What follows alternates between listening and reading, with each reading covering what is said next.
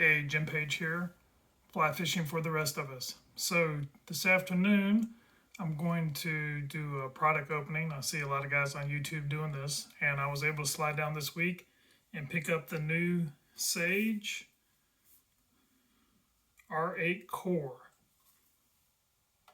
brand new from Sage. They just came out this month. It is an 8 weight. I usually don't fish 8 weights. I'm hoping that this will be something I can throw a sinking line on where my parents live on the coast of Georgia, and maybe take it to Delaware and throw a sinking line on it for schoolie stripers. So let's take a look at it. These have just come out. So the first thing you notice, it's got this, I think they call this color cement. The Toyota has this in their product line. Some other car manufacturers have this in their product line. It's kind of a flat gray. And everyone I see that has this in their product line, they call it cement. So it has a cement or a flat gray tube, same aluminum tube that we're used from Sage. Nothing new there, just different color. Kind of a departure for them. Most of the Sage tubes are been blue or green or red or chipotle or black or I think maybe maybe some browns and tans in there. But this is the first gray tube I can remember coming from Sage in a while. So we'll take the cap off. Caps off. So we have a nice rod sock. And one thing new on this rod sock, usually most of the manufacturers have just two strings that you tie together to secure the top of the rod sock down. This actually has more of little cords with a little slider on it. See that? So that's kind of different. That's new from Sage. Usually it's just a string and you tie it. But this has got a little slider on the cord. Slide it all the way down to the bottom. A little stop at the bottom. Kind of cool. Different. Black rod case with, once again, that silver gray or cement color logo. Whatever you want to call that. Gray, silver, cement. Black rod tube. Black rod sock. R8 Core on the label. So let's take the pieces out. And I did throw this at the fly shop. It's faster than an X. If you're familiar with the Sage X, it is faster than an X. It's very light. I don't really know how to describe the color. It's kind of a greenish gray with gray wraps. It's kind of a cool color. It's not green like the black green or the black spruce that the X was. We don't have great light here. But you see, it's kind of a grayish green. And it has gray wraps and then a lighter gray or cement accent wraps. So you got some gray, some grayish green, and some cement. Starting up from the bottom. Nice little fighting butt, typical Sage. It is sloped nicely so your fly line doesn't catch on it. It's also not too big. Sage has come out with some fighting butts before, especially on the 10, 11 models that were big and they kind of hung on your shirt up under your arm when you were fishing close to the boat, getting fish in.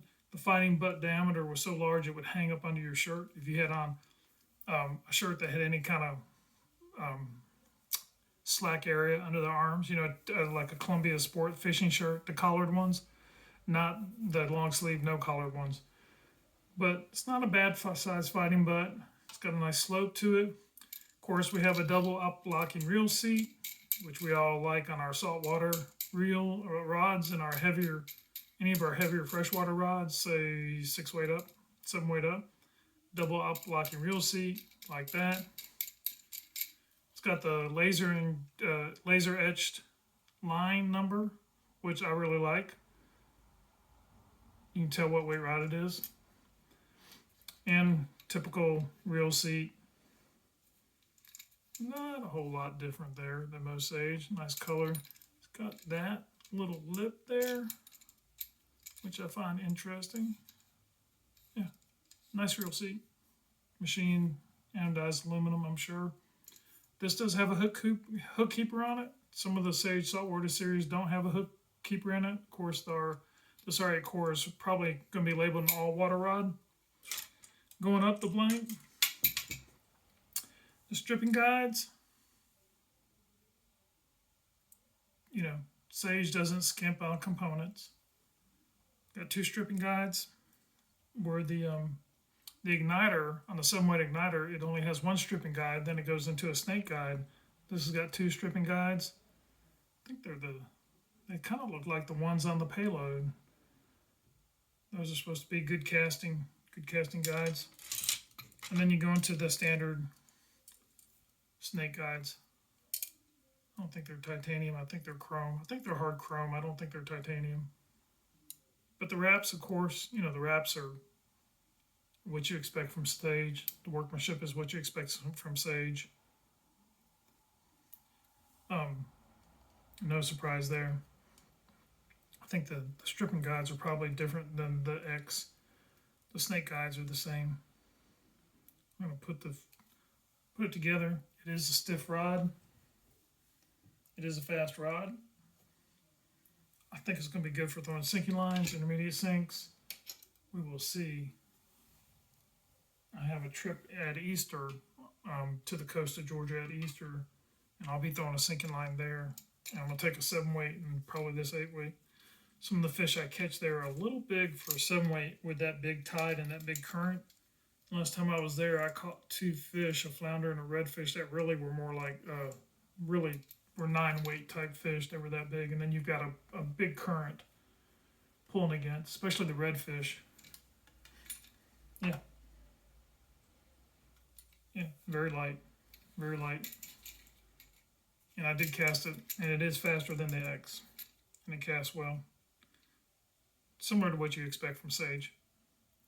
So that's it. That is the Core R8.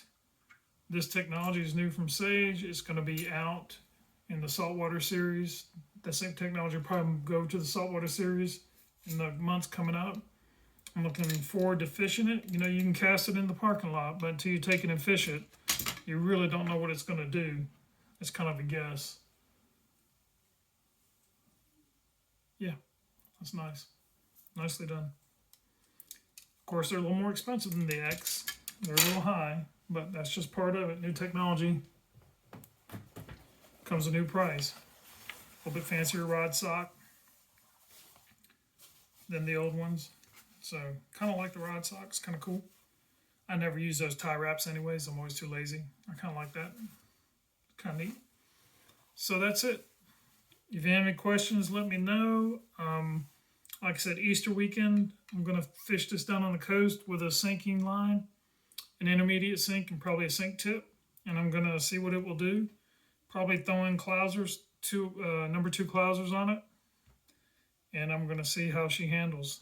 And then my next trip to Delaware for stripers, I'm going to throw it again. So I'll probably take a 7, 8, and 9 Easter is what I'll do. So thanks a lot. Remember, keep your hooks sharp. And this is Jim Page on Fly Fishing for the Rest of Us.